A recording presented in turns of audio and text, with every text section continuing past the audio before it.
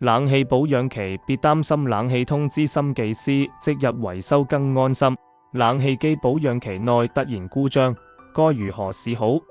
不用擔心，冷氣通提供資深技師即日維修服務，快速解決冷氣故障，保障你的冷氣機保養期內順利無憂。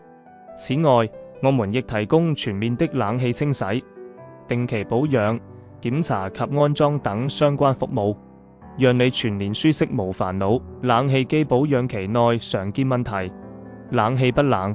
冷氣機保養期內最常見的問題，可能是雪種不足或爐網堵塞，需及時處理；異常噪音，冷氣運行時發出異常聲音，可能是零件鬆動或損壞，建議立即維修。漏水問題，排水管堵塞或安裝不當，可能導致冷氣漏水問題，需及早檢查維修。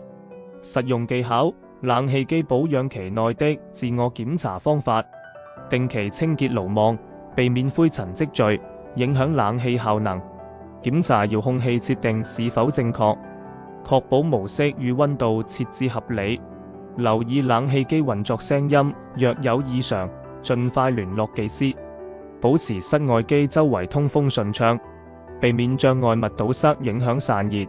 冷氣機保養期常見問題 FAQ Q1 冷氣保養期內出現問題需自費嗎？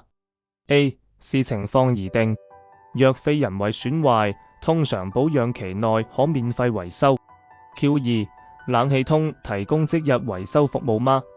A 是的，我們提供即日上門維修服務，專業快速，值得信賴。Q3 冷氣機保養期結束後還能續約嗎？ A 可以，我們提供續約服務，保障冷氣機長久穩定運作。